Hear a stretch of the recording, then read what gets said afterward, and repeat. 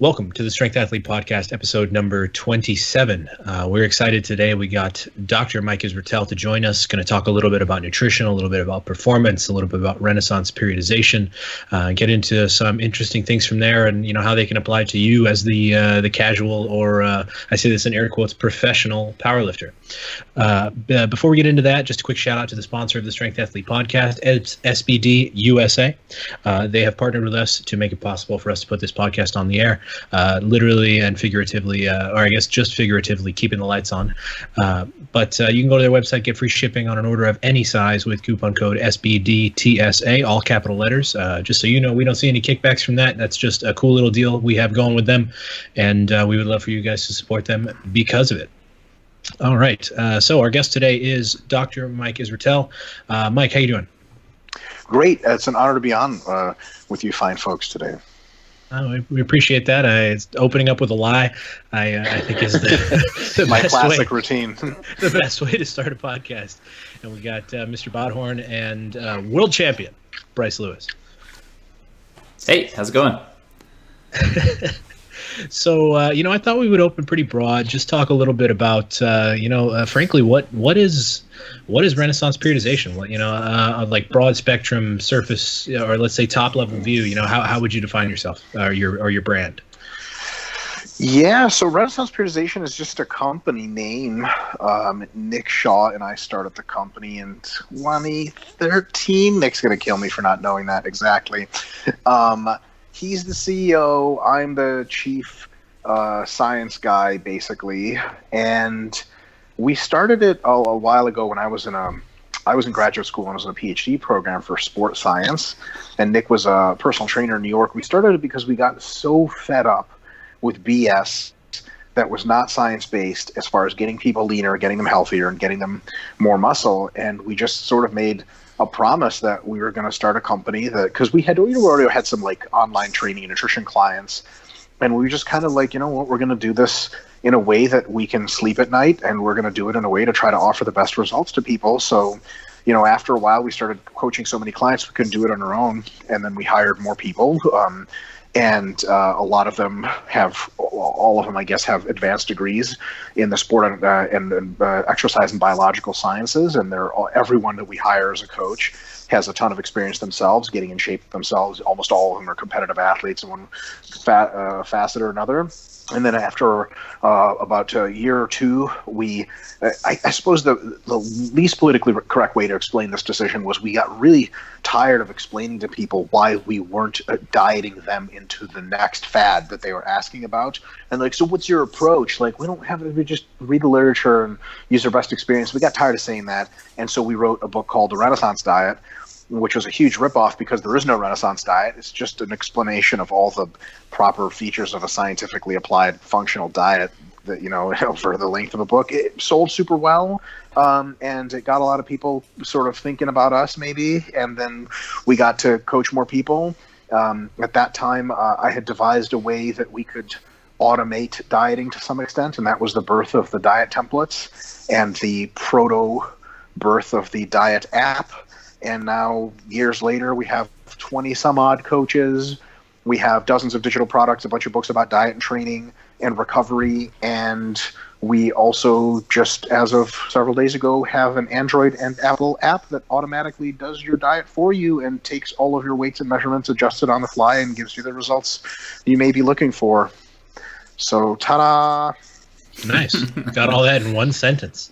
There you go. So, that's actually, I'm glad you brought up the templates, because that's, template is a stigmatized word when it comes to informed consumers in the training and diet world, right? It feels like something that's being mass applied to a bunch of people, and it's something that most coaches are trying to shy away from, right? Because if you can do it with a template, why do you need a coach? And so can you elaborate on what does auto adjusting mean? Because I know that's something that's typically tied to the RP templates, if I'm not mistaken. Totally, yeah. So the templates are basically, so there's multiple templates. There's diet templates and training templates. The training templates are really just an auto-regulated program where you type in how strong you are, you pick your favorite exercises, and then you sort of do the program and you rate, how recovered you are and how good a progress you're making, and it adjusts the volume for you. So that's very straightforward. But with the diet, Basically, you start out on what's called a base diet, and that's like a sort of average guess based on your body weight and a couple other things as to what your maintenance is going to be. And then let's say you want fat loss. So after a week or two on the base diet, you go into this next tab. It's just a PDF document of fat loss 1. And that's the next tier, and it just cuts your calories by a certain amount. It cuts some fats out, maybe a little bit of carbs.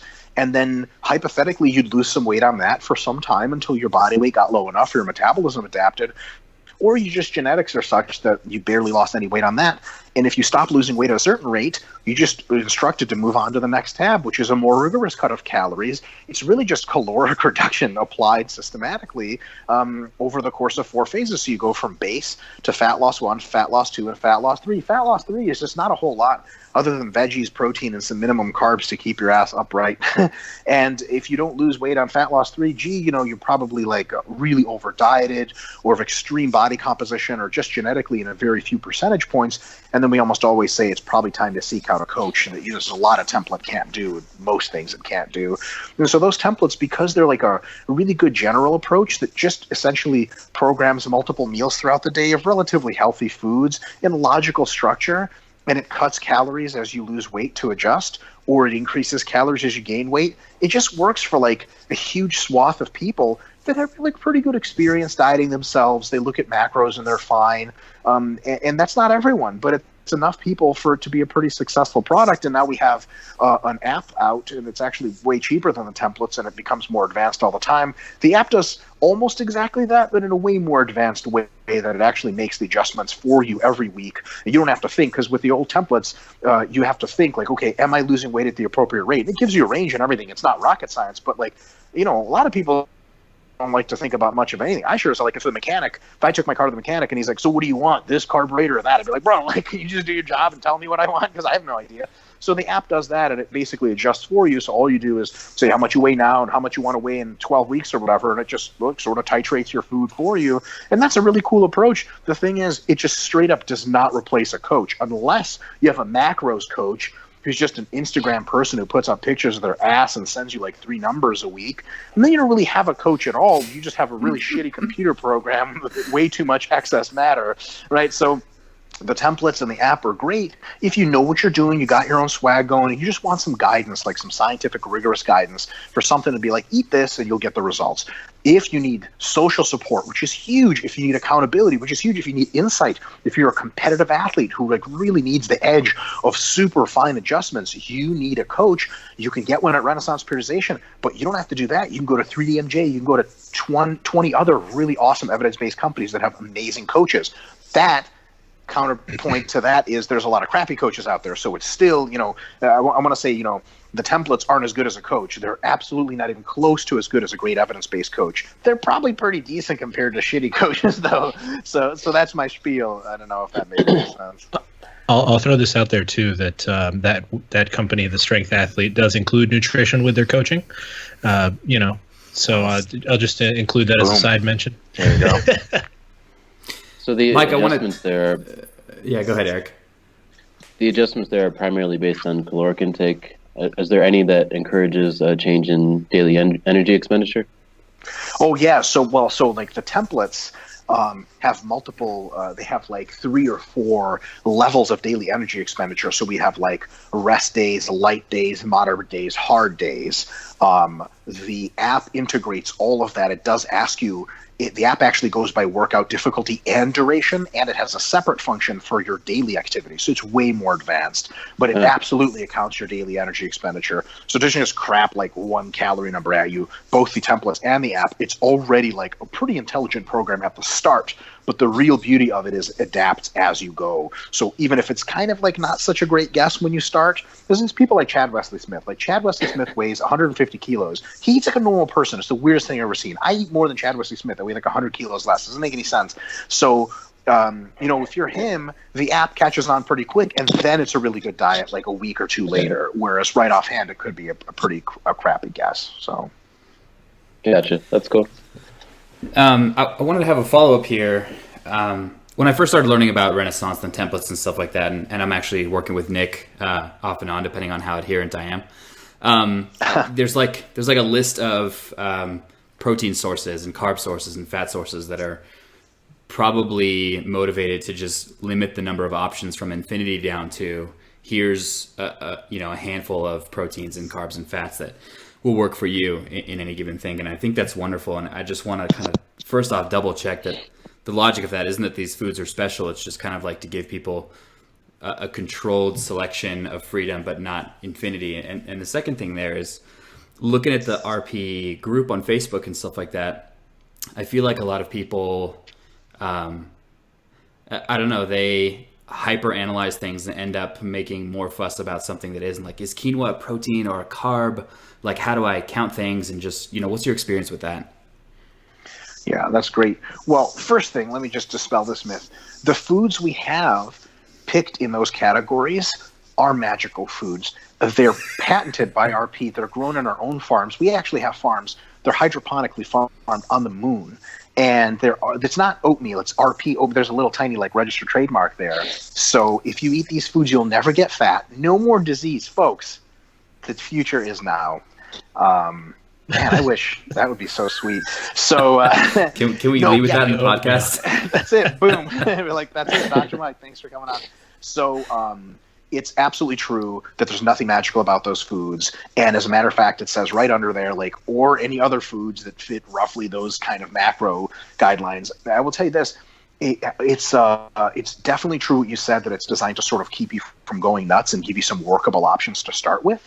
But it's even another way to look at it is all of us have been involved in lifting and athletics for a while. When someone says protein source, you're like, got it. You just have an idea of that in your head.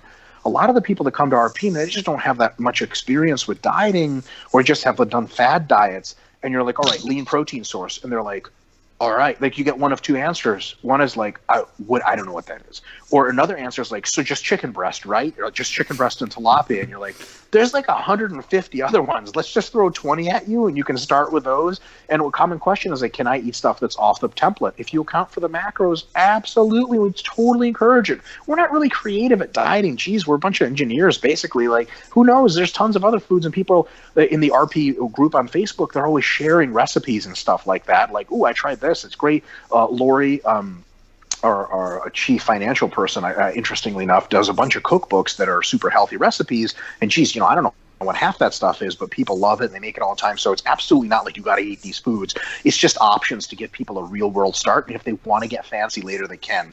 And to answer your second question, how much does it benefit people to get fancy or really sweat the small stuff? I'm going to try to say this in sort of the again, most politically correct way, at least not politically correct way I can. People who need to sweat the small stuff should probably be working with a coach one-on-one, because they're competitive athletes with really interesting aspirations, like winning IPF Worlds, for example, where if you weigh 2 kilos off, you just don't get to qualify and you missed a weight class. And now you got to compete with the ultra heavies and you're done, right?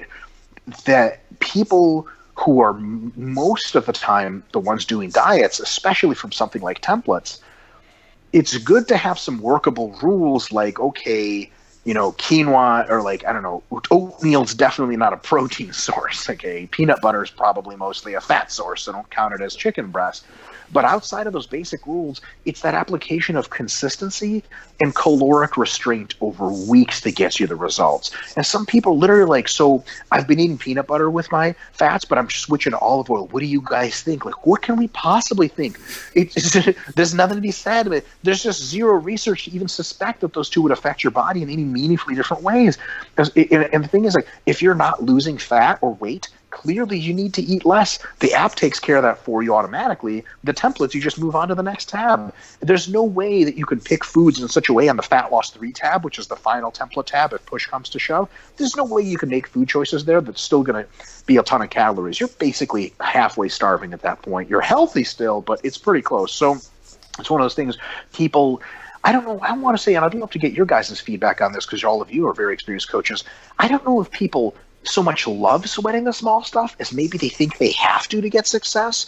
And there's some recalcitrance to the idea that if you just do the basics over and over, you don't have to worry and you will get results. Maybe some people think, well, there's just no way that it's that simple, or is it anxiety? I don't know. What do you guys think? We see it all the time. This actually parallels really well to how we coach technique with a lot of athletes, right? And everybody wants a way to improve their technique 5% with every weekly update they send in, and they want that on a repeated basis. And a lot of the times the answer is just keep doing what you're doing. It's obviously working. The technique that you have obviously isn't causing you an injury. Similarly with a diet, we don't need the silver bullet, right? Frankly, the silver bullet doesn't exist. And by it's almost, I've heard an interesting take that the additional stress that you're creating, worrying about the minutia of a diet, the 1% stuff, the extra cortisol you're getting from that stress is almost offsetting that 1% difference anyway. I've said that numerous times. That's absolutely correct in my opinion. So yeah, I mean, we absolutely, we agree with that wholeheartedly. And it's a lot of times it's, if you get the basics right, and let's call the best habits, if you could pick 5 habits to get right every day, and you do those things, that's 90% of the battle. Yep, 100%. Yeah. I feel like it's a lot more common in nutrition, though, for people to be sweating the small stuff. I mean, it's relatively easy to understand the basics in both training and nutrition, but a lot of people that come to us, they have a great foundation in lifting. They know to stick with the basic compound lifts and things like that. But with nutrition, they're all over the place. But I think maybe because there's so many exposures in nutrition, so many times to mess up or think about different things, and they get confused that way. Yeah. I think with diet athletes, it might be a little different story too, because like calorie restricted athletes tend to be hyper food focused. And so you kind of sweat the small stuff by your nature. Well, I saw an interesting study a while back that there was a linear relationship between caloric restriction, or let's say caloric deficit, and level of dietary non-adherence. So, the more restricted you are, just naturally, the more you're going to deviate from your diet based on kind of the mental aspects of that. So it's harder to not feel like you're failing and worry about the difference between, oatmeal and cream of wheat when it comes down to that point of the diet, and wondering about the nutritional breakdown and those things. But without getting too deep into the specifics of stuff like this, I kind of want to zoom in a little bit. And, I brought up the concept of, if we could pick 5 habits that would be ideal on a daily basis, and 5 doesn't need to be the number, Mike, but, on a surface level, what would you say in terms of powerlifting specifically, what would be the best nutritional habits for someone who, let's say, doesn't want to adopt the entire Renaissance diet? I'll use that in air quotes again, like you said, that's not a thing. But someone who doesn't want to adopt a fully controlled approach to nutrition, what can the average Joe with a 9-to-5 job and 3 kids do on a daily basis to maximize the results of their training without meticulously tracking what they're eating? Totally easy. Number 1, get with your coach about what body weight you should be during whatever phase of training you're at, and make sure you're weighing yourself regularly, that you're at that body weight. I can't tell you how many times people are like, I don't know why, like, my lifts aren't moving up. Like, how much do you weigh? Like 77? What are you supposed to weigh? Like, oh, I was 81 a couple weeks ago. I'm like, oh, that's a hilarious joke. You're losing muscle. Isn't that funny? So just know and it's funny because a lot of athletes that like weightlifters, powerlifters that compete, especially IPF 2-hour weigh-in type folks, they know they walk into the gym, they get their scale weight, they write it down. Like, it's just a thing. Like, I know I used to do nutritional coaching for weightlifters, and they just always knew what they weighed, which is like probably really good, like and if we're not talking about like, 88.1 kilos versus 80.0, but like, are you 85 or 81? Like, it's probably a good idea to know that.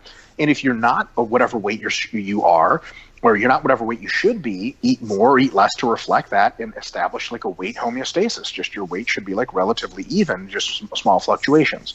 Point number 2, make sure you're eating a sufficient amount of protein. So, like a gram per pound or body weight per day is a totally fine place to be. If you're under eating by a little bit, that's not a big deal. If you're overeating by a little bit, it's not a big deal. If it's like a huge like fraction, that's not great. The next one is to make sure that your meal frequency is one that supports recovery and potentiates performance. So if you come into training and you're so tired from not eating for 4 or 5 hours, you wake up and you're just have no gas, you're messing up. If you train really hard and then you're not eating a couple of meals after to recover properly for your workout tomorrow or the day after, so on and so forth, you're probably messing up. So anywhere between 3, maybe for athletes more like 4 to 7, 4 to 6 meals per day is pretty good.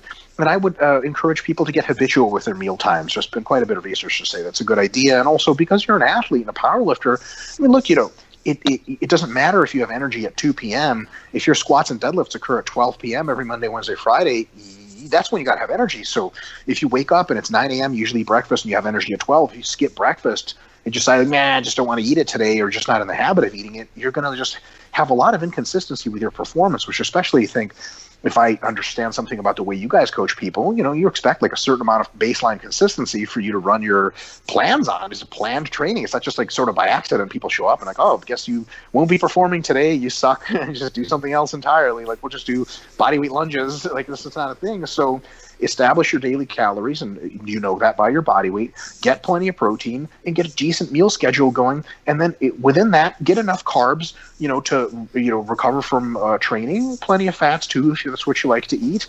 And then just be consistent with that and choose mostly healthy foods. You can have a little BS every now and again. Boy, that's 95% of powerlifting diet right there. And if people are saying, hey, listen, I think my diet's really wrong, and I think that's what's causing me to not be great at powerlifting. If I just ask them these questions, like, hey, are you tracking your body weight? Are you eating enough food? Are you getting enough protein per day? Are you eating multiple meals per day on a decent schedule, mostly healthy foods? If they answer no to multiple of those questions, I'll be like, yeah, your diet will probably make your lifting better. But on the other hand, to cut slack away from my argument, I think a lot of people do this sort of nutritional optimization bullshit where they're like, we're going to fucking tailor this diet to your hormones, and you're going to be fucking Superman or whatever. And then, like, honestly, like, nutrition's powerful, but if you're eating consistent calories over time, you're eating enough protein, you're eating multiple meals per day at a decent schedule, so you have energy and recovery, so on and so forth, and you're like, all right, like, I'm doing this, and I've had people come out, like, contact me and be like, I'm doing all these things. I want the edge with diet. What do I need to do? Are you feeding the dog? Is the dog getting crazy?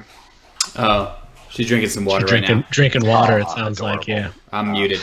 No, so, if the people sort of contact me and they're like, I'm doing these basics, but I really feel like I'm leaving something under the table. Because, you watch enough like Dave Asprey or whatever podcasts, and you're like, fuck, I got a biohack. Like, I'm not doing enough. Like, you hear all these crazy theories. And I honestly have to tell these people, like, look, like, whatever you're going to get out of nutrition, it's going to be this tiny margin. You can sort of look at it if you want. Like, if you want to go to IPF Worlds, you might want to look at your nutrient timing a little bit more specifically, about your food quality a little more specifically. But other than that, those basics, man, you're just not going to get this huge ergogenic effect. It's like if someone came to you guys and told you guys they're doing, block periodization, they're training hard enough so that, they're challenging to recover, but they recover on time. They're using compound basic lifts with really good technique. And they're going to be like, should I sign up for you guys' program? You're going to shoot me into IPF Worlds when I'm like a master, like, a class 5 lifter. You're going to be like, unless you're the next layer of wheels, probably not. Like, if you're just doing the basics, you got to know when you're doing the basics, and when that works, you got to know what you're going to get out of nutrition, what you're not. So I think there's the basics are super powerful, but there also has to be an honesty that when you're checking them off the list, man, you really are doing a good job. And then maybe your performance enhancement has to come from other areas of your life, sleep, for example, or you're sort of just doing everything right and you're going to get the gains you're going to get. Nice. That's a fantastic answer. Yeah. I mean, it's probably more complicated than what most people want to hear, right? Everybody wants to obsess over the minutia, but at the same time, everybody wants a one-sentence answer about how they can optimize their entire lifestyle, right? And the fact of the matter is, it just doesn't exist. No, unless you eat a special kind of juice that we're making at RP. It's kale juice, but it's extracted from the mountains of Peru. It's going to be available next year. It will change the world. You guys can come in on the bottom level if you want. We're just saying. You blend it with. I'll sign up all my friends. The ecdysterone in there, right? Yes. It's also quinoa provides you more protein than whey protein powder per gram. And it's a higher quality protein, so you can have everything. You literally just don't need to eat anymore. Kale juice, quinoa, and you're good to go. I've seen that broccoli graphic with the beef, right? Where it's like 100 grams of broccoli. That graphic's amazing. I love that thing. If I just shit my brains out, I'll get my protein. Totally. I think they should reverse it and show visually how much 100 grams of protein from broccoli looks like, and you'll realize that you're eating this paint bucket of broccoli. Yes. Unbelievable. Mike, I wanted to... Oh, my bad, Hani. Go right ahead. No, it's cool. Get in a follow-up here. So someone's got the information piece. They know what they need to do. Oftentimes that's not enough. So it's not enough to motivate someone just by pure knowing this is what I need to do. How do you guys bridge that gap between knowing and doing for nutrition? Is it just up to the athlete to say, well, shit, this is what I have to do, so I'm going to do it? Oh, man. Athlete or kind of regular person that wants to get in shape? You can say both, yeah. Okay. You know, I would think an RP, a regular person that wants to get in shape, we have a real welcoming mentality where we say, listen, we know you're frustrated, we know you're confused, come try our stuff out, read a few articles that are free. If you're really still skeptical, buy one of our super cheap books and learn the principles, and you can write your own diet. You'll never need to see anyone from RP again, or you'll realize that you maybe want some help on the coaching side or the template side. But like, we have cool things to offer. And listen, if you want to take some of your very expensive time and resources and put it into something valuable like getting in shape or getting healthier, we're absolutely here to help. Unfortunately, I can't, you know, we have like a great community online of other clients and people doing that, and they support each other better than we could ever support them. Like, they're just amazing people, and they're super, just, there's so much like person to person support that, like, the RP leadership, I mean, gee, I don't know, maybe I'm a bad person to ask about this. Politically, I'm like libertarian, so like I think there's tons of great things to spend your time on in a free society, and you can choose to get in shape or not. I never judge you for anything you do, so we're never like doing the whole like, you got to get in shape and you're gonna let your family down and you got to get healthy right now and motivational video. Like, we're just like, hey, listen, if you want better health by a margin and you want better performance, you want to look better, and you're willing to make intelligent, sort of meaningful, careful, but sometimes difficult trade-offs with your life and in eating in a regimented way, you know, come see us. We can help you out. Tons of other people can help you out too. We're not the only ones with the answers, but we think we do a pretty good job. So that's kind of our line. Now, if you hire one of our coaches, they can go way above to getting to know you, figuring out how you tick, and really push you the way you want to be pushed. But just, you know, people that we don't have contact with yet, and they come up to us and like, hey, RP, like, what do you have to offer? Like, I'm not super motivated. We sort of do the welcoming thing because we really think that's most appropriate, at least what we're good at. For athletes, you know, I don't coach much anymore, almost at all. But when I was a coach, actually motivating athletes to me was always pretty easy. You know, you just ask them really awesome rhetorical questions they know better than to try to answer. Like, oh, you know, it's going to be pretty sweet having that fucking silver medal on your chest, huh? And they're like, what do you mean silver medal? I'm like, well, you're not going to do what it takes to get gold. And they're like, oh, come on. Then another guy's going to beat you. And they're like, what was that supposed to mean? Like, oh, you've been on your meals today? They're like, no, I miss meals. Like, think that guy from Belarus is missing his meals? Or you think he's a fucking machine and you're going to see him on the platform, he's going to crush all of your dreams with his opener squat. And they're like, damn it. So it's really easy to shit test athletes and be like, you know, we can have fun in the gym. You can relax and just do fun lifts and not worry about your diet. And it can be a beautiful life full of friends, career, family, all the stuff you love.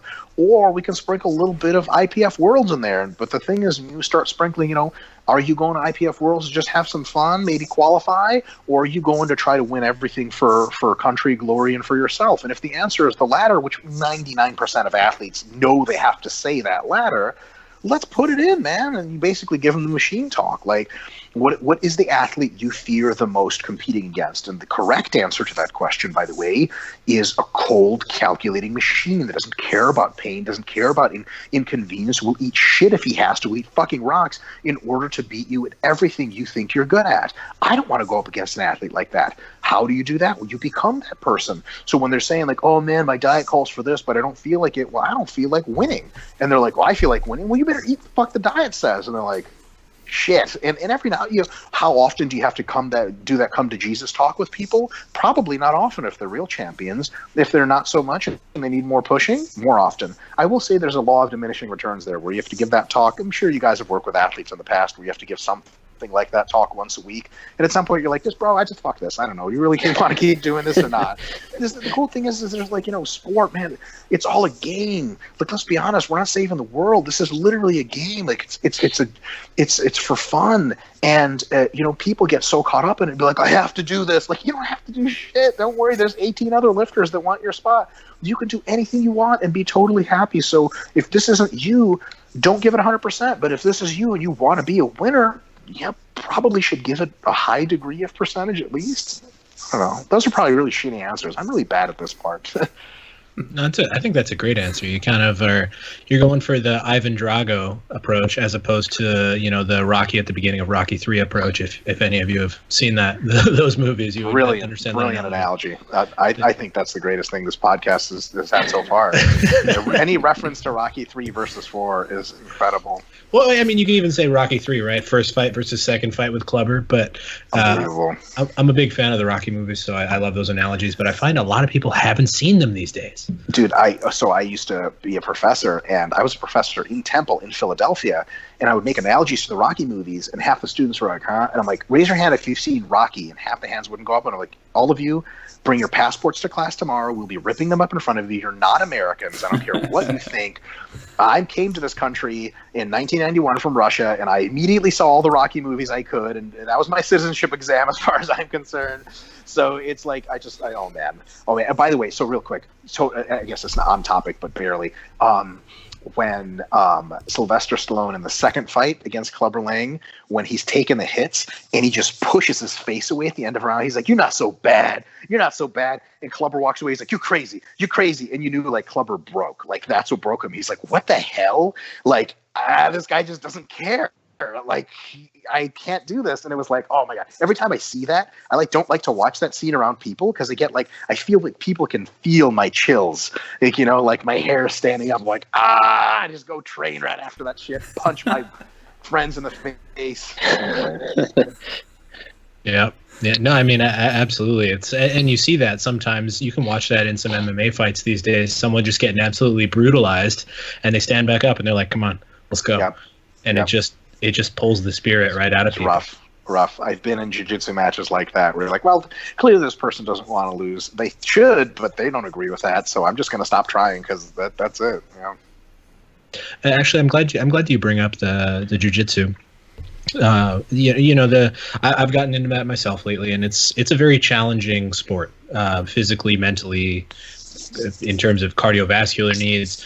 There's a lot different to jiu-jitsu than to powerlifting, and so I'm finding it difficult to balance. And we coach a lot of people who are athletes that have secondary athletic endeavors, and it seems like more and more actually Brazilian jiu-jitsu is becoming one of those that comes up for people. So how do you without going into too much detail, would you say that the way to best manage that is to just adjust for it in your caloric intake, or is there something you do outside of that? Well, that's a good start, right? You have to make sure if you're adding jiu-jitsu to your lifting, you have to add some calories in to make sure you don't start losing weight because it's too much activity. That's definitely a factor. Another factor is, you have this is the bullshit term I made up, the maximum recoverable volume, like the total amount of volume you can handle for training from any source and still recover.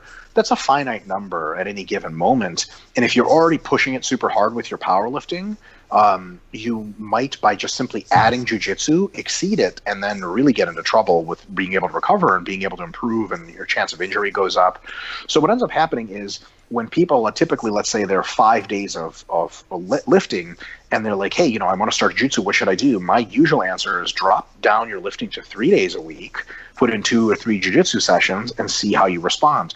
Potentially, you can alter some things to go back up to 4 days a week of training and jiu-jitsu on top of that, because powerlifting's not super hard to recover from in the grand scheme of all the other sports.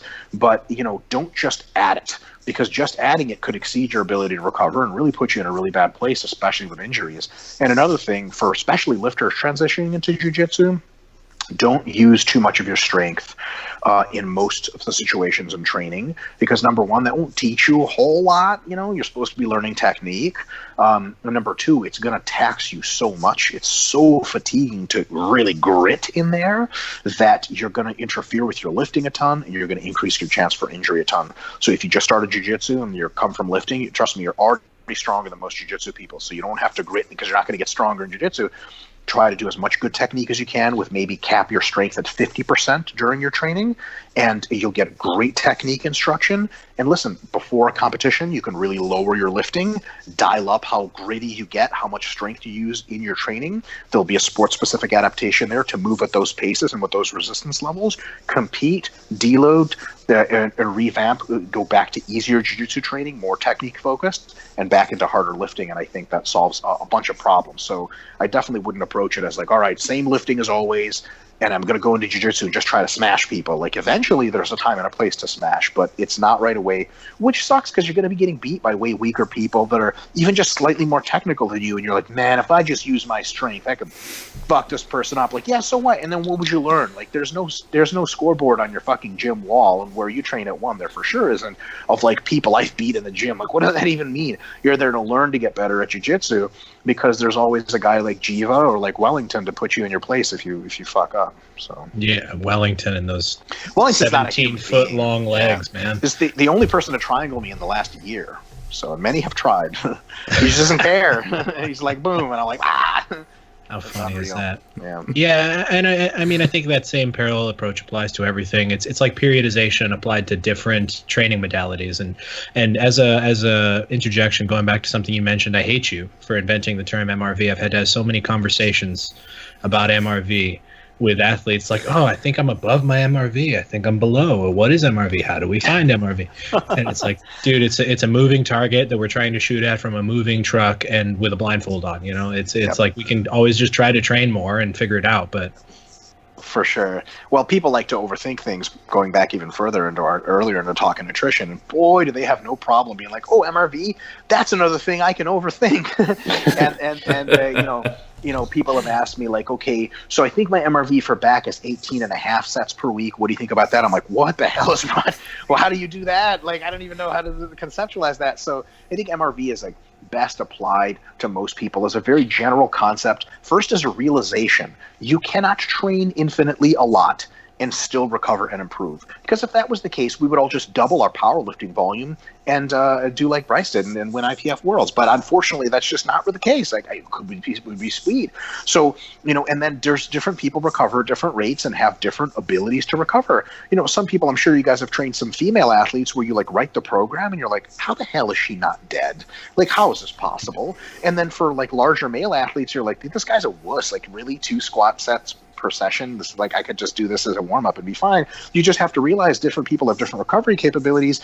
And then the next part is kind of like over the long term, months and years of your training, finding where your breaking points are. Not literal breaking, but where you're training so much that your fatigue gets so high that you're just not recovering on time and you're not getting your best results. Knowing where those limits are, knowing that they're limits, and just not always testing them. It just usually staying below them in the productive range of training where it's awesome. And past that, if you want to get more specific, you have to start tracking all of your variables really carefully, sleeping super carefully. And Hani, I'm sure half the people asking you about MRV, you're like, how many hours of sleep did you get last night? They're like, I don't know, I had friends over, I got like 2 hours. You're like, great. You don't even need to know that term if you're not consistent with your stuff. So. Oh yeah. I mean, powerlifting is such a low investment required sport to get into, yes. Right? It's a very good way of putting it. Because everybody wants to look good naked. That's like the fundamental basis of every person who ever got into any kind of gym ever. Everybody wants to look good naked, and anybody who tells you otherwise is lying to your face. That's why they got into the gym to begin with, probably. And I guess maybe athletes, sport athletes being an exception to that they were training for performance. But people who just walked into a gym, those guys never want to get punched again. That's their motivation. Exactly. Yeah. Exactly. And so, it's just I completely forgot where I was going with that. Powerlifting minimum investment. Oh yeah. So it's a way to account for your progress when you're training in the gym. It's just some way to turn your casual gym habit into a competitive hobby sport. It's a whole different hobby discussion. Is a fine term. But yeah, okay. So bringing it back a little bit. One of the components that is commonly or is part of the Renaissance diet is intra-workout nutrition, and this is something that I think is probably the component of the Renaissance diet that is least used by people who don't follow it. And it's I would say this is something that's kind of close to my heart, because going years back to when the bodybuilding.com forums were still a thing, and there was a guy on those forums, the guy who originally got me to consider the idea of powerlifting. He wrote this training book that he called The Blueprint, that was like this whole templated starvation diet followed by super compensatory period with weird training thing. And one of the things that he really harped on was intra-workout nutrition, and it was this cocktail with like carbs and creatine and BCAAs and trimethylglycine and a bunch of different stuff. One of those is a drug.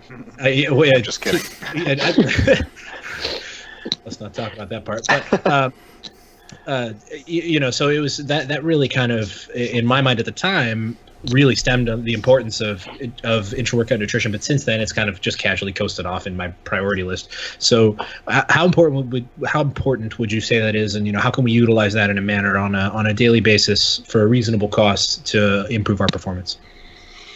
Yeah, so intra-workout nutrition is incrementally more important the longer the duration of the session and the more difficult the session is. Intra-workout nutrition in endurance sport is just not something anyone debates. Like, if you're a serious cyclist, you have your intra-workout nutrition with you on the bike. If you're not a serious cyclist, you don't. And if you're like, say you're a serious cyclist and you come up to a cyclist on a ride and you're like, what's that? And you drinking Gatorade there, bro? What are you drinking? They're like, what? Like, did you miss the last 50 years of research and the last 40 years of practice? It's crazy. As you get to shorter and shorter durations, the importance of intra-workout nutrition becomes less and less. So the CrossFitters that train for 2.5 hours at a time, it's not make or break. With good pre-workout nutrition and good eating in the days before, you can have great 2.5 hour workouts without intra-workout nutrition, so long as you hydrate. But there is a little bit of a notable edge with folks that are training that long. Some of our best responses at RP, because we do diets for tons and tons of CrossFitters, some of our best responses are people that were training for 2.5, 3 hours, high-level CrossFitters, and they tried intra-workout nutrition, and they're like, oh my God, my last hour of working out is usually crap, and now it's like almost as good as my first hour. And we're like, isn't that weird? Like, your body works on energy. It's so strange. So the misconception with intra-workout nutrition is some kind of magic, and that people think, like, if they're doing a 30-minute arm blast workout, that intra-workout nutrition is somehow going to be like this magical saving grace, and if you don't have it, you're just nuts. Which, if you look at digestion times, your workout's over by the time the shake even hits the bloodstream. So it's really just post-workout nutrition at that point. Inconveniently, you sandwich between sets and try not to throw up. So I think that intra-workout nutrition is absolutely indispensable for endurance athletes with really long duration, higher intensity workouts. It is really, really useful for people in the 1 hour of hard training to 3 hours of hard training range, or even to two pluses for sure. 1 to 2, it's useful potentially for most people. And then 1 hour or less, it's cool to have. And some people, they've been some good studies that even the psychological, this is interesting, the perceptive effect of drinking a sugary something or other, even if you swish it around in your mouth, enhances performance even within like a 90-minute session or less. So there's something to that, even for shorter sessions, but the insistence level has to be highly reduced. So if someone's like, hey, I got a 30-minute workout, I forgot my intra shake, what do? I'm like, nothing at all, you're totally cool. If they're like, hey, I've got an hour workout, I didn't get my intra shake, what do? I'm like, just make sure to hit up the drinking fountain a little bit more often. If someone's like, yeah, I got a 2-hour workout CrossFit, I missed my intra shake, I'm like, you could probably go to the gas station and get like a Gatorade and maybe a little bit of whey protein and get them in when you feel like it, along with some water. And then they're like, hey, I've got like a 5-hour bike ride at peak power intervals, and I forgot my inner workout. I'm like, what are you doing with your life, and why can't you be a human being and fucking plan for your day? so hopefully that answers to some extent how the importance applies. Is there any spectrum of importance that applies to the level of the calorie balance for the individual athlete, making it more important as they go further into a deficit? I think that further into a deficit, those people who, especially at the tail ends of workout duration and intensity, with the really hard workouts, if you're in a calorie deficit, the intra-workout nutrition helps you that much more, because you're kind of running on empty-ish all the time, and it gives you energy exactly when you need it. It provides an anti-catabolic, anti-muscle loss stimulus just a little bit exactly when you need it most. Because, people say, like, why don't you just eat a big meal a couple hours before training? Well, if big meals are no longer in your program because you're losing a lot of weight, you're in a caloric deficit, that's not really an option. So I think pre-workout nutrition becomes a little bit more important when you're calorically more constrained. On the other hand, if adherence is your problem and hunger is your problem, and your workouts are shorter, an hour or less, taking the intra-workout shake out completely and using whole foods instead, more whole foods in your pre and post and other meals of the day, could just keep you fuller and basically have almost the same effect. Because drinking your calories is a crappy way to get full and satiated. It's much better to eat them. That being said, like, if you're mass gaining and you really have trouble putting on weight and you're doing like a 2-hour workout in the gym, sipping on some Gatorade and whey protein is good just to keep the nutrients coming in, because that's just 2 hours of not eating is just 2 hours of the day that you haven't been eating. And for some people, I'm sure you guys have worked with plenty of hard gainers. Sometimes, man, it's just that consistency of eating. If it's not there, people just don't gain weight. And you got to just sort of, as soon as they wake up, they're titrating nutrients all the way until they go to sleep. And ideally have an IV of nutrients and sleep in one of those like pods where like robots rebuild you as you sleep. That's my ideal life anyway. That doesn't sound like a bad deal.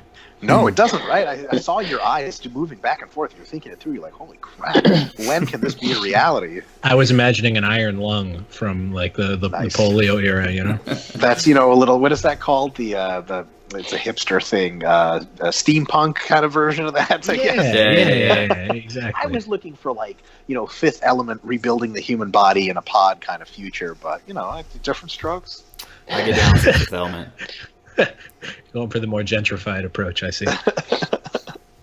No, that's and I think at least in powerlifting, we deal so little with the extremes of long training sessions and such huge demand and such deep calorie deficits. For the most part, once in a while you'll have an athlete who has just a hard time managing their energy through hard training sessions, and something as simple as a little bit of elevated blood sugar during their training goes such a long way. And I've experienced that myself personally, and so that's typically when I prescribe it to people on a regular basis. So in general, you would say it's something that would be more non-essential than essential for powerlifting athletes. Oh, by a long shot. Yeah, absolutely. Yeah. Way more non-essential. But also harmless, and probably 95-5, the error would be on the a little bit better than a little bit worse. So if people have a workout shake, and it's just something they do with the routine, and they just like doing it, it makes them feel good. Even if you're like, technically speaking, you're not getting any nutrients in here, but you could say that to them, and you're like going to be right and stuff in a PubMed sort of way, but they're not missing out on anything. Now, if they hate making intra-workout shakes, it makes them feel sick during the workout, and they're grossly inconvenienced, and they think there's some magic to it. Yeah, they need setting straight. And people ask us that stuff at RP all the time, like, should I have a workout shake? And we're like, I don't know. Do you feel like you can handle one / benefit from one? And they're like, I don't know. We'll try it. And they're like, I hate it. And we're like, well, stop doing it. But if they're like, I love it, we're like, sweet. You just do you. The practicality is astounding. Yeah, I don't even know what I'm saying anymore. This isn't biohacking. I know. This is supposed to be a biohacking podcast. You guys clearly booked me to talk about biohacking and, doing all that stuff, Dave Asprey kind of stuff. The magic of the iron lung before you go to sleep for nutrition. Unbelievable. We need to all make just this cryo freeze chamber, call it the iron lung, get our millions and get out of this wretched industry. I think if you have 12 influential people that are all on board with the same lie, like you could just run with it. 100%. Coupon code IronLung20. Unbelievable. And we have to mention Elon Musk in some legally not binding way, like as seen by Elon Musk, and it's just we happen to put up a billboard on his drive to work, and you're like, well, Elon Musk is doing it, that means it's going to be on Mars or whatever. You'd be stupid not to buy one of these things. The owner of Tesla looks at this daily. Maybe doesn't at all. He's a self-driving car. He's looking at his notebook. Who knows? But it's going to be on Mars. Folks, the future is now. The iron lung, trademark, so don't even make your little replicas of that, because we're going after you in court. That's going to be in the RP 3.0 book. Yeah, it's just going to be called the Iron Lung book. Why even forget RP? And the kale juice. Yeah, of course. That's what it siphons into your bloodstream. It's not an IV. It's just kale juice literally injected into you. God, that's probably not a good idea.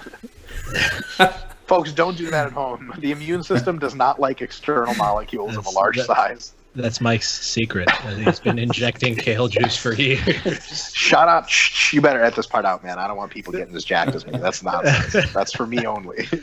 So talking about the things we've gone over so far, the individual components of diet that you can prioritize for the average Joe, and intra-workout nutrition and what have you. Would you say that these habits would differ for the physique-focused athlete as opposed to the strength-focused athlete? Yeah. So the physique-focused athlete has to be a little bit more attentive to the finer points. Specifically, the physique-focused athlete probably would benefit from reducing their dietary fat intake to some extent and increasing the carbohydrate intake. probably because carbohydrates are just a little bit more anabolic gram for gram and a little bit more anti-catabolic than fats. They're a little less likely to be adipogenic, which means adding body fat in a surplus. So powerlifters, and this is really gnarly, but powerlifters, if they eat enough protein and get plenty of carbs, they can smash like some Ben and Jerry's and some full fat cookies and be like, powerlifting is an awesome sport. And you're like, damn it, I want to make fun of you, but I know this isn't even hurting you. The physique athletes need to be a little bit more biased in that sort of, okay, pasta and shrimp. And they're like, do you want some more like Parmesan cheese on that shrimp? And like, no, it's going to exceed my fats. Damn it. Right. It's a little bit more inconvenient, probably because the macros, as you approach contests, that's a very different thing, because then food quality actually starts to make a bit of a difference. You have to focus on slightly less palatable foods, so that you don't drive yourself insane with hunger. So a lot of the clean eating stuff in bodybuilding comes from the fact that there's like only so much rice, chicken, and broccoli you can eat until you're like, I don't even care about food anymore. But if you're trying to like squeeze in like half a pint of Ben and Jerry's into your diet, you're just going to start eating your own hand, because I don't think you can be in a deficit of a really big magnitude, especially physique wise, have half a pint of Ben & Jerry's or half a cheeseburger and not want 10 more of those things. So sometimes it's less about the magic of clean eating or whatever, but more about the anti-hunger properties of just eating relatively boring foods. So would the powerlifting athlete be better served by taking the slightly more thoughtful physique athlete approach?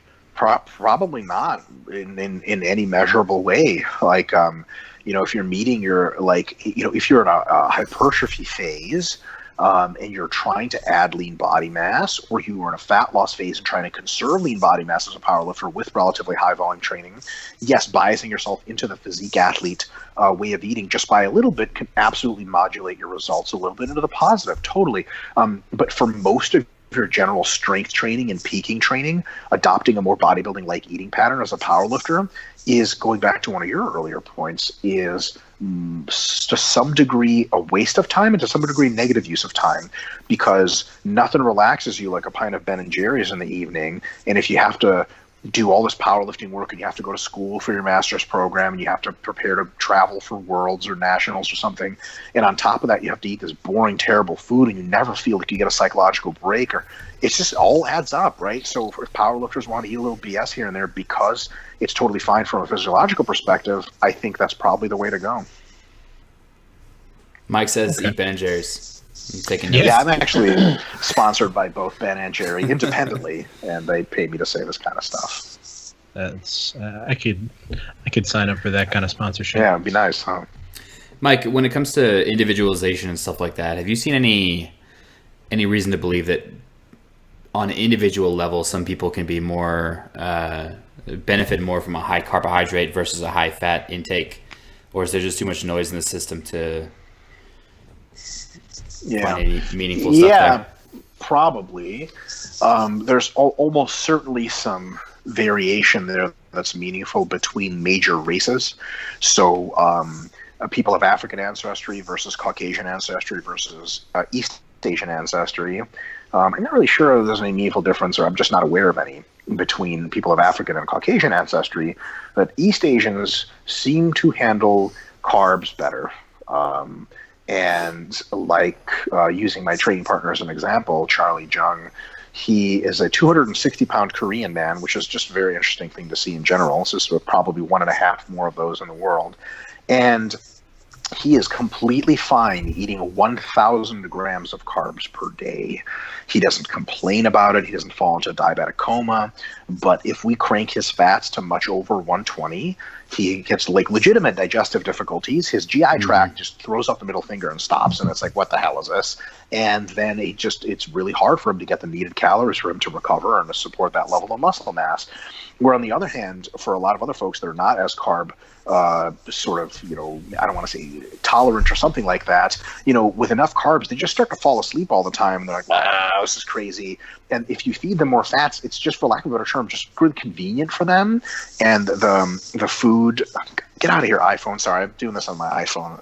I have no idea how to operate this platform on my computer. And like texts come up, and they're like, hey, what are you doing tonight? Hey, send me nudes, My wife's crazy. Happens all the time. Yeah. It's funny. The "What are you doing tonight?" texts come from his wife, but the news one come from strangers on the internet. Come from adult males on the internet who probably also have wives. So basically, what the hell was I talking about? Geez, that threw me off.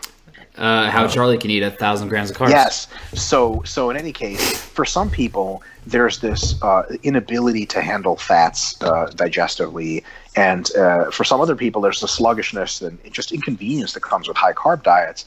And I think that you discover that, the ancestry stuff is maybe an okay starting point, but really everyone can start at about the same place, and you just kind of work to how they respond best. And it's not a magical, like you need blood test kind of thing. You start a diet and you say, okay, so like not ideally, but maybe we could get you to have some 10% of your diet from fats and the rest from carbs and protein. You protein set, so you just eat more carbs. And at some point, some people are going to be like, oh, I can't do this anymore. The carbs are killing me, and I just always feel like I'm falling asleep, and I can't keep eating. My mouth can't move this much. I can't chew this much food.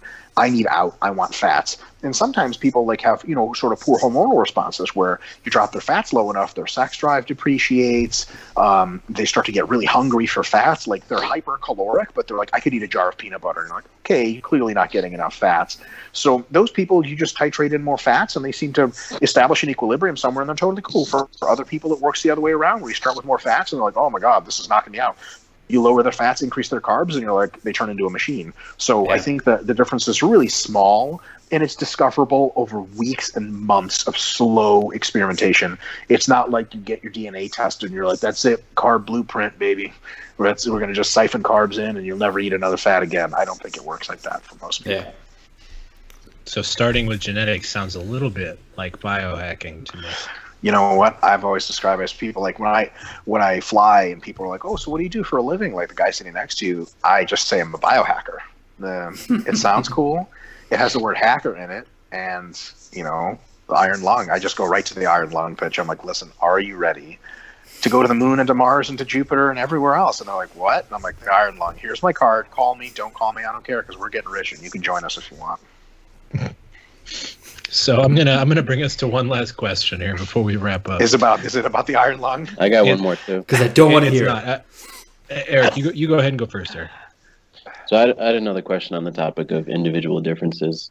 There was a note in the book that recommended that vegans have a 20% higher protein intake than non-vegans. Is that to maybe account for their protein sources being weaker in their amino acid profile, or is it micronutrient deficiencies or things like that?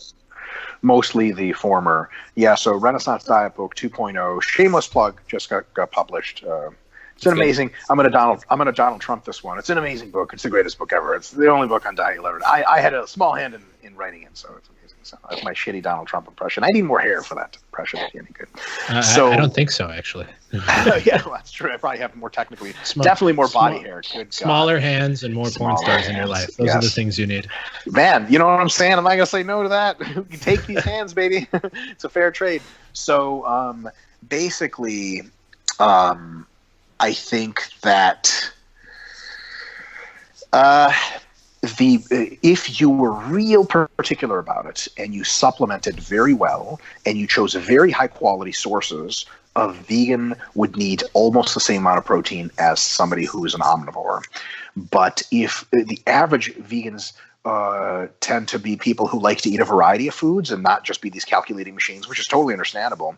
And when they tabulate the protein, especially in something like MyFitnessPal, a bunch of it is really low quality protein, it's trouble digesting. And some of it, even when it digests, the amino acid profile is just not that great. So in order to overcome that, you have them eating a bit more protein to make sense out of that. So that's kind of the number one reason. But if you really want to zoom in on it, if you have super high quality vegan protein sources like mycoprotein, et cetera, you can actually get pretty close to the same protein levels. It's just that the recommendation is made because most vegan protein sources just are not of the same quality. That's fair. I feel like a lot of people don't end up leading the extremely balanced, down to the T scientific vegan diet that you would want them to. Sure. And also, if they just want to eat more, eat a bunch of different foods and the protein adds up, and that's totally cool. You just have to eat a little bit more protein. The thing is, being vegan and doing strength athletics is actually pretty tough because the amount of throughput that you have to have as far as diet is so high that if you're vegan, the amount of fiber you end up getting and the amount of lower quality protein, man, you're going to be pooping a whole lot. Which, people like pooping. I think it's great too, but it's an investment. That's all I'm going to say. I'm just going to shut up while I'm behind. Quit while you're behind. Fair enough. So, coming to that last question, if we could pick, aside from the Rocky 3 talk, what would you say are some good strategies for minimizing deviation on a personal level in terms of diet, right? Because when it all comes down to it, the best diet plan in the whole world is completely meaningless without adherence. Totally. I think a cool tip is something that my colleague, Dr. Melissa Davis, who's a second author on the book, likes to talk about, and she trains with you at One Jiu Jitsu, actually, right? She sure does. You haven't had a chance to roll with her yet? No, she's actually got some kind of injury right now. Yeah, she's got her leg. Yeah. I have one of those too as of yesterday. It's really fun. Nice. Thanks, Jiu Jitsu. So, when you roll with her, it'll be fun. Try not to get triangled. Just kidding. It's a moot point. She's a black belt. So, in any case, one of the things she likes to really tell people is this. When you're in a fat loss phase specifically, because that's where, honestly, where adherence is the toughest, right? Maybe in a muscle gain phase as well. Or let's say you're a powerlifter that really wants to clean up their diet and sort of just get real adherent and more meticulous leading up to an important competition. These are phasic components of your life. They're not ever present. The amount of dedication and commitment and adherence you're going to have is unusual for several weeks or several months. Know that at the front end and understand that you are required to give an effort that is actually, by definition, not sustainable, but that's okay because it's temporary. Like when you start studying for exams a week before they start, you're not like, I'm just going to be studying 12 hours a day for the rest of my life. Like, oh my God, that would break you mentally and you would just quit. But if you know that as soon as you take the exam, you're good to go, then you can sort of parcel out that amount of adherence for yourself and be like, this is something I can do. I'm going to commit to it because I know it is for a certain goal. I'm going to accomplish that goal, and then I'm going to be able to relax a little bit more. So I think people have this idea about nutrition that they have to commit 100% all the time. That's stupid bullshit. 7 days a week training, no team, hashtag no days off. People, I don't even want to hear stuff. Like, it's just like, we never take days off and it's always a grind. Like, well, you're wildly mismanaging your training stressors, I can tell you that. So that same mentality enters nutrition where people are like, I just got to be great about my nutrition. And I'm like waiting for them to add something like for the next 10 weeks, but they don't. They're like, I just have to be better. And you're like, man, that's a hell of a load to bear. Like with the rest of your life, you're going to watch your food like a hawk? No, those are habits you have to develop. The way you develop them is by taking on smaller goals. So what you can say is, look, I'm going to do the following reasonable things that are challenging for my adherence over the next 12 weeks as I lose these 10 pounds of fat. After that, I'm going to relax a little bit, keep the basics in play, but maybe not worry about meal timing as much, not worry about sort of eating the healthiest foods all the time. And then after you relax for 4, 5, 6 weeks like that, you take a breath of fresh air.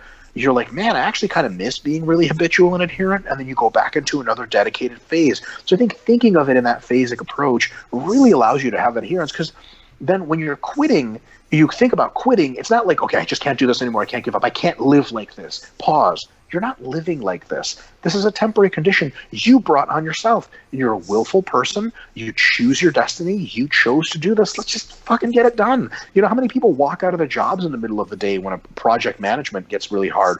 No, almost no one, because they know that they just get the work done, submit the report, and they'll be good to go. They'll go to the Bahamas or wherever normal people that go on vacations go. I wouldn't know anything about that. So it's one of these things where I think that compartmentalization really helps in being, in the truest sense, goal-oriented. It's like, I have this goal, I'm going to clean up my act for a while, and then I'm going to unclean it a little bit. And then after a while, you do that 4 or 5, times in a row, there's some habits that just plain old stick. Like if I sent the 3 of you guys into like a Chipotle and I was like, make a decent meal, you guys wouldn't come out with like just chips covered in guac, covered in cheese, and be like, how did I do? Wait, hold on, wait, I gotta go get sour cream. Like, okay, you probably come out with saying stuff like, okay, like, I can make a pretty decent meal. And I think a lot of people, because they know, they enter the Chipotle of life, so to speak, and they're like, man, this is it. I'm only going to ever have brown rice and chicken. Yeah, that's tough. But it'd be like, look, mostly brown rice and chicken and some beef here and there for the next couple weeks, clean stuff up, and then I'll go on my next goal and I can take some breaks. It's totally fine. I like that. That's actually a different answer to what I would have expected. I didn't know what to expect, but I actually really like that answer, is that up front, kind of accept that this period is going to be a challenge and acknowledge it and move through it. That's a lot of people dive headfirst into things without knowing what to expect, right? Like, I got to lose 10 kilos for my competition in 9 weeks. Let's do it. And they don't really realize what that entails. That's not a small ask. It's funny because we just recently released the RP Diet app, and there you actually get to select your own weight loss goals. We've hemmed them off. Like, you can't go any faster than 1% body weight per week because we're not trying to kill people. But a lot of people just naturally, not everyone, but a lot of people just naturally picked the most aggressive possible diet they could do. And then their feedback was like, man, the app's not giving me a whole lot of food. And we're like, well, geez, you're not giving yourself all, like, you got to lose 12 pounds in 6 weeks. That's just going to have to happen. And they're like, so what do I do? I'm like, end your diet, choose a more reasonable weight loss goal that still makes sense in the context of the grand scheme, and I promise you'll have more fun. And they're like, okay. And then 2 weeks later, like, this is great. I'm losing weight at a reasonable pace, but I'm not starving to death. Like, ta-da! Yeah, you're totally right. A lot of people are like, I just got to do everything right now. You guys, I'm sure, being powerlifting coaches, people are like, I got to go down 2 weight classes for the next nationals, and you're like, okay. Can we put 30 kilos on my total too? Yeah. I could set a state record if only I lose 15 kilos. It's that California State USAPL record that is really just there's like winning the 1980 Olympics versus the Russians is like the second most awesome thing you could do. Number one is like the New Jersey bench press only 145-pound weight class record. That's it. It's that record specifically, actually. I think it belongs to Jason Manenkoff. And, Jason's the man. He probably literally does own that record. He probably does. I think he's a 165 or the next class down. 163 is the USAPL class. But anyway, we can pretty much wrap it up here. This actually. I'm really pleased with what we went over here, but I definitely want to. I think I want to get Melissa Davis on the podcast, talk about some interesting stuff, dive a little deeper, and I know I speak for all of us when I say thank you for joining us, Mike. Thank you for the time. This has been a great show. Guys, thank you so much for having me on. It's a true honor. Big fan of all of you folks, and keep up the great work. Mike, it was a pleasure, man. Thank you so much. Thanks a lot.